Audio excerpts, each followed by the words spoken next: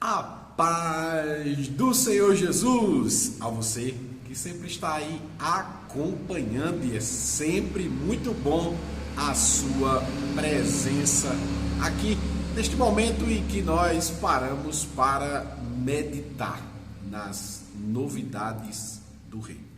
E hoje, claro, nós vamos falar de algo assim difícil, complicado. A morte era certa. Mas enfim, vamos orar, agradecendo a Deus por este momento que nós estamos aqui. Claro, estamos vivos, apesar de falarmos neste vídeo de morte. Mas vamos lá. Senhor nosso Deus e Pai, no nome de Jesus, nós exaltamos o Teu nome, nós bendizemos a Ti, agradecemos ao Senhor, porque Tu és um Deus de vida. Ó Deus querido, muito obrigado, Pai, pela vida que o Senhor nos deu. Obrigado por o Senhor nos guardar, obrigado por o Senhor nos abençoar, obrigado, Senhor, porque o Senhor supre as nossas necessidades, ó Pai. Que o Teu nome continue sendo glorificado no meio de nós. Pai bendito, que todos aqueles que assistem sejam abençoados por Ti, que suas famílias sejam abençoadas, em nome e por amor de Jesus. Amém. Amados e queridos, hoje nós iremos falar sobre a morte era certa. E qual é o texto que nós poderíamos nos basear para este feito? O texto do profeta Isaías vai levar a mensagem ao rei Ezequias.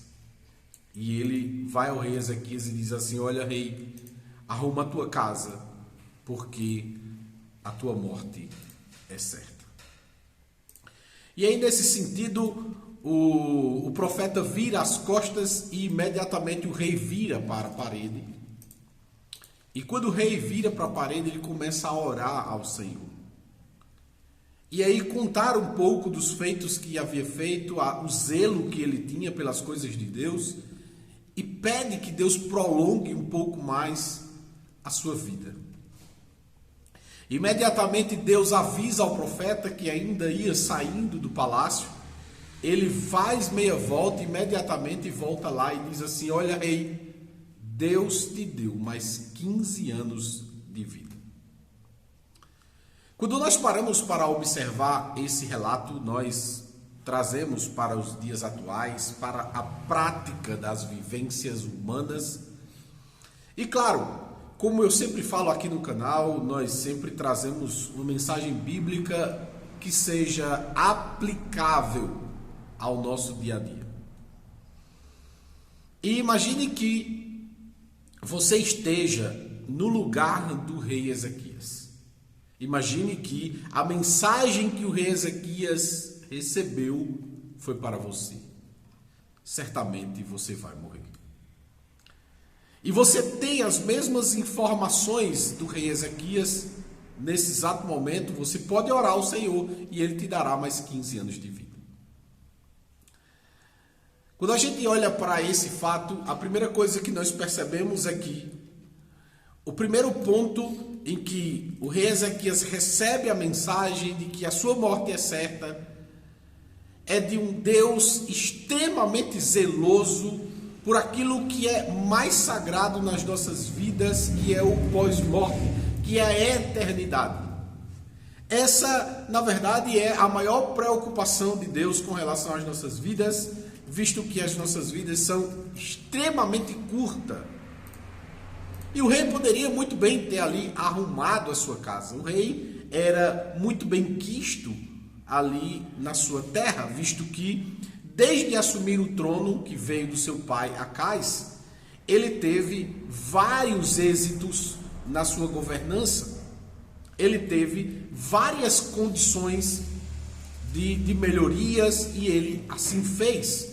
Ele melhorou toda a condição de subsistência de água ali do seu povo. Ele preparou toda a sua nação para se fortalecer nas guerras que eram tão comuns na época. Ele restaurou a condição religiosa do povo de Israel, trazendo assim o povo para perto de Deus. tirando idolatria, tirando todos os problemas que haviam ali no meio do seu povo, e por este motivo o seu reinado era tão próspero. Ele teve uma condição favorável quando a Assíria veio com um grande exército lhe atacar, e ele ali rogou ao Senhor, e o Senhor deu livramento, o Senhor ali deu vitória ao povo de Israel contra aquela peleja. E o rei Ezequias, ele gozava desta condição, ele gozava destes feitos certeiros que ele deu.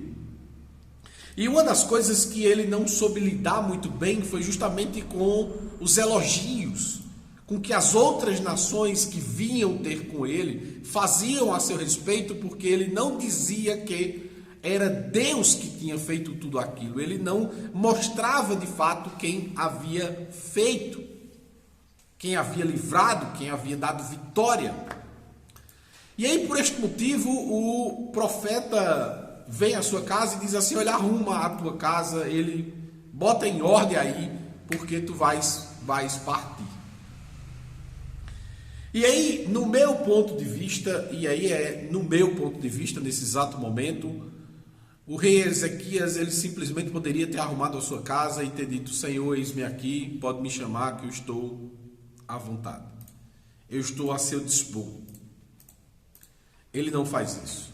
Ele simplesmente vira para a parede e faz uma oração extremamente fervorosa e pede mais anos de vida a Deus. O que é interessante disto é que Deus já sabia do que seria a vida de Ezequias posterior àquele momento. Deus já tinha ciência de tudo o que iria acontecer e do que Ezequias ia fazer da sua vida. Quando a gente olha muito bem para a contextualização bíblica em relação ao que ele fez posterior àquela extensão de vida que Deus deu, nós percebemos que os seus dias não foram tão bons como eram anteriormente. Nós percebemos que a sua vida já não era mais voltada para o Senhor como era anteriormente. E aí nós percebemos que o rei Ezequias simplesmente não pediu anos de vida, ele não pediu tempo de vida para viver mais com o Senhor, mas sim para viver mais para si. E aí unicamente na minha crença, unicamente no meu ponto de vista em relação à vida de Ezequias, é que os seus dias finais não foram favoráveis para uma pessoa que ia morar com Deus. As suas obras não deixavam claras de que aquilo era um homem que iria morar com Deus. Diferente da condição que ele poderia ter tido ao receber a mensagem de Isaías. E aí muitas vezes as pessoas acreditam que a morte é o pior que pode nos acontecer. E dependendo do ponto de vista que olhamos essa informação, a morte pode ser a melhor coisa que pode nos acontecer. Por incrível que pareça. Nós seres humanos temos muito medo da morte porque simplesmente não fomos feitos para morrer. Não fomos feitos para morrer. Ah, você não sabia? Não fomos feitos para morrer. Deus fez o homem e a mulher no jardim para viver para sempre. Não fomos feitos para morrer. Nós morremos por causa do pecado. A própria Bíblia diz que o salário do pecado é a morte, mas o dom gratuito de Deus é a vida eterna. Logo, nós não fomos feitos para morrer. Nós fomos feitos para viver eternamente. Por este motivo é que nós temos medo da morte. É por isso que a morte nos causa tanto pavor. Mas lembre-se que muitas vezes a morte pode ser a melhor coisa que venha nos acontecer. Pode ser a coisa melhor que pode nos acontecer. Eu particularmente posso dizer por ter passado pela morte algumas vezes, E a última delas foi em 2012, onde um carro me atropelou. Eu estava de moto, eu rachei a cabeça, quebrei a clavícula, quebrei as duas pernas, enfim, foi um Deus nos acuda. Mas sinceramente, de lá para cá eu muitas vezes disse: Deus, por que o Senhor não me deixou ir naquele momento? Naquele momento eu estava, graças a Deus, tão bem quanto hoje. Não tenho o que reclamar nem daquele momento, nem muito menos de hoje. Graças a Deus o Senhor tem me guardado até aqui. Mas aí você pode me perguntar: por que esse sentimento? Por que essa consciência? Eu teria evitado, se eu tivesse partido naquele momento, eu teria evitado de sofrer coisas que esta vida me fez passar. Machucados que eu não queria ter passado. Não machucados que me afastaram de Deus, não, mas machucados que realmente foram marcantes. Marcantes. Mas enfim, isso faz parte da vida. Não foi a minha escolha permanecer vivo ou não. Foi a escolha de Deus assim se fazer. E eu não virei as costas, eu não reclamei, eu não achei ruim. Eu só acharia muito melhor se tivesse acontecido do jeito que eu tinha pensado. Mas se estou vivo, devo continuar como eu estava anteriormente, no Senhor, firme, pregando a palavra, anunciando a verdade, trazendo as verdades do reino e fazendo a minha parte como líder. Porque Deus nos fez líder. Deus nos fez líderes. Ele nos colocou nesta terra como líderes, como governantes. E como governantes devemos anunciar a sua verdade, anunciar a sua palavra. E é justamente isso que eu quero trazer. É que nós possamos, se estamos vivos, continuar vivos no Senhor. Continuar vivos dentro do propósito de Deus. E se a morte vir, que ela venha, ela só antecipará o melhor momento. O próprio apóstolo Paulo disse isso: morrer é lucro, viver é Cristo. O próprio apóstolo Paulo disse essas mesmas palavras que eu estou dizendo aqui. Então que possamos assim entender que o viver deve ser Cristo. E que a morte é ganho para aqueles que estão em Cristo, claro. E era justamente isso que o rei Ezequias poderia ter feito de sua vida. Ele poderia muito bem ter ganho aquele bônus ali de estar simplesmente no Senhor e falecer com a sua casa organizada, com tudo prontinho e partir para a glória celestial. Mas ele escolheu fazer aquela oração. E muitas vezes na vida nós podemos também fazer a mesma oração e escolher a mesma condição do rei Ezequias. Só que lembre-se bem, as nossas escolhas têm consequências.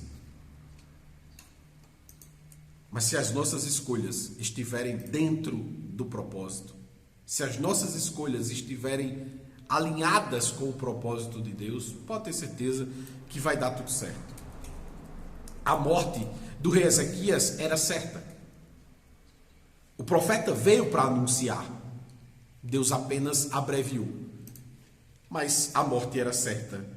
Não importava se naquele momento ou se no posterior. A única diferença é que aquela primeira morte que foi anunciada pelo profeta teria sido muito mais proveitosa, teria sido muito mais assertiva do que a segunda. Aceitar a primeira morte que era certa era simplesmente a melhor coisa que poderia ter acontecido na vida daquele rei.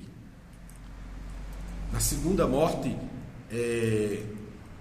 que aconteceu, que é algo natural de nós seres humanos, porque todos pecamos e destituídos fomos da glória de Deus, logo por isso que todos nós morreremos, em algum momento todos nós morreremos, isso é certo, nós entramos em uma jornada e que ninguém escapa vivo. Todos nós morreremos, mais cedo ou mais tarde. Então, que possamos compreender isso. No segundo momento, o rei Ezequias já não deixa claro de que realmente foi morar com Deus. Se ele foi ou não morar com Deus, não cabe a nós julgar daí para frente. O que cabe a nós é observar as práticas que ele vinha fazendo em sua vida. E as práticas que ele vinha fazendo em sua vida não eram condizentes às primeiras. Era diferente.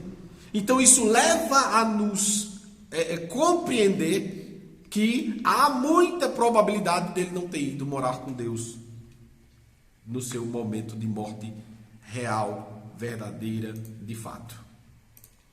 Então, só para nós trazermos essa realidade para as nossas vidas é que não importa se a nossa vida, a nossa morte está certa e ela está por vir, ela deve ser conscientemente no Senhor.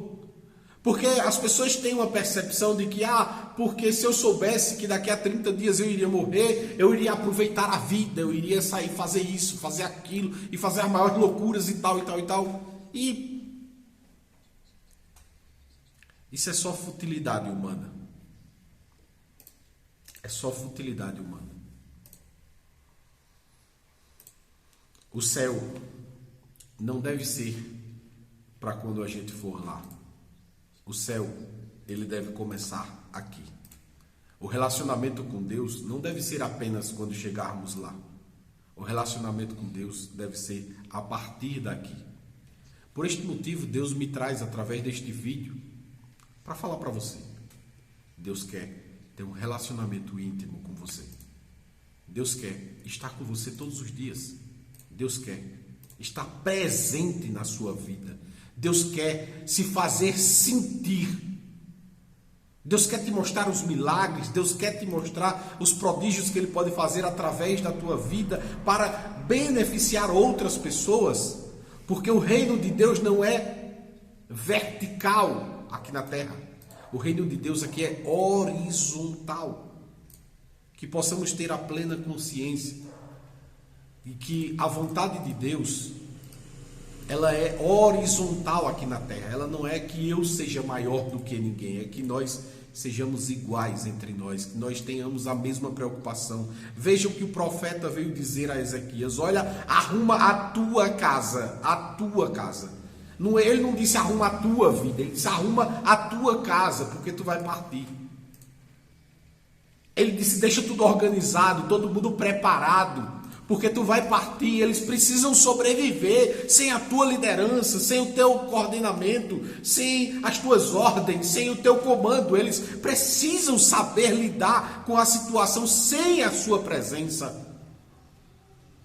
Veja a visão de Deus com relação à vida de Ezequias. Ele disse, olha, prepara todo mundo aí, deixa todo mundo organizado para seguir a vida bem, porque tu vais partir. Veja a visão de Deus horizontal. Que nós possamos entender esta visão de Deus e saber que se estamos aqui na terra, devemos utilizar das nossas vidas para benefício de outros. É por isso que Jesus trouxe o grande mandamento: amar a Deus sobre todas as coisas e o próximo como a nós mesmos. Lembre-se bem das palavras de Jesus. Que Deus abençoe a tua vida. Que Deus te ajude. Que Deus nos ajude, claro. Para que possamos fazer o mais horizontal possível este reino aqui na terra. E que possamos liderar de forma a apresentar a Jesus da melhor forma possível, com as nossas forças, com a nossa inteligência, com a nossa sabedoria, e que o nome do Senhor seja sempre glorificado. Amém? Quero cantar mais uma vez. Desejo paz a você. Revendo Shalom Aleichem. Revendo Shalom Aleichem. Revendo Shalom Aleichem. Revendo Shalom Aleichem. Revendo Shalom, Shalom, Shalom Aleichem. Revendo Shalom Aleichem. Revendo Shalom Aleichem. Revendo Shalom Aleichem. Revendo Shalom, Shalom, Shalom Aleichem. Revendo Shalom Aleichem. Revendo Shalom Aleichem. Revendo Shalom Aleichem. Revendo Shalom, Shalom, Shalom Aleichem. Que Jesus abençoe a tua vida, abençoe a tua casa, abençoe a tua família e que o nome dele seja sempre glorificado. Até a próxima. Tchau, tchau.